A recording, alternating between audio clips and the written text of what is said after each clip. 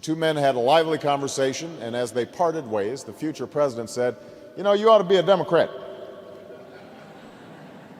And Ed smiled and replied, "You know, you ought to be a Republican." It was a sentiment that many in my party would share, including the president's brother, our dear friend Ted Kennedy. Unfortunately, reform has been held hostage to political posturing and special interest wrangling, and to the pervasive sentiment in Washington that tackling such a thorny and emotional issue is inherently bad politics. Thank you, Mr. President, for expressing what I think is the sentiment of decent people everywhere in the face of this savagery and brutality. And I can assure you that the sentiment you expressed is shared by the American people, especially by our veterans and service members who've served here and have great affection for South Korea and its people. We are a nation of immigrants, which is why I have consistently spoken out against anti-immigrant sentiment.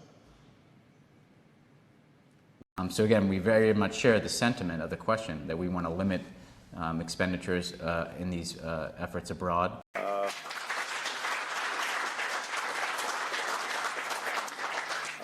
I'm told that Mama Kikwete is fond of a traditional Tanzanian saying, "My neighbor's child is my child." Yeah.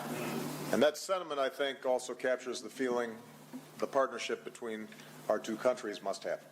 You know, now that sentiment might have worn off once Harry asked him a question or two, and Harry's battles continue. We want to do business at home and be the ones to own our own markets. That's a sentiment we hear over and over again. Meanwhile, we've also seen, most recently in Europe, a rise in inexcusable acts of anti-Semitism, or in some cases anti-Muslim sentiment, or anti-immigrant sentiment. My question is to all three of you. What is your strategy to reverse this growing sentiment? And Prime Minister Trudeau, en français aussi. Rest in peace, precious souls of the fallen.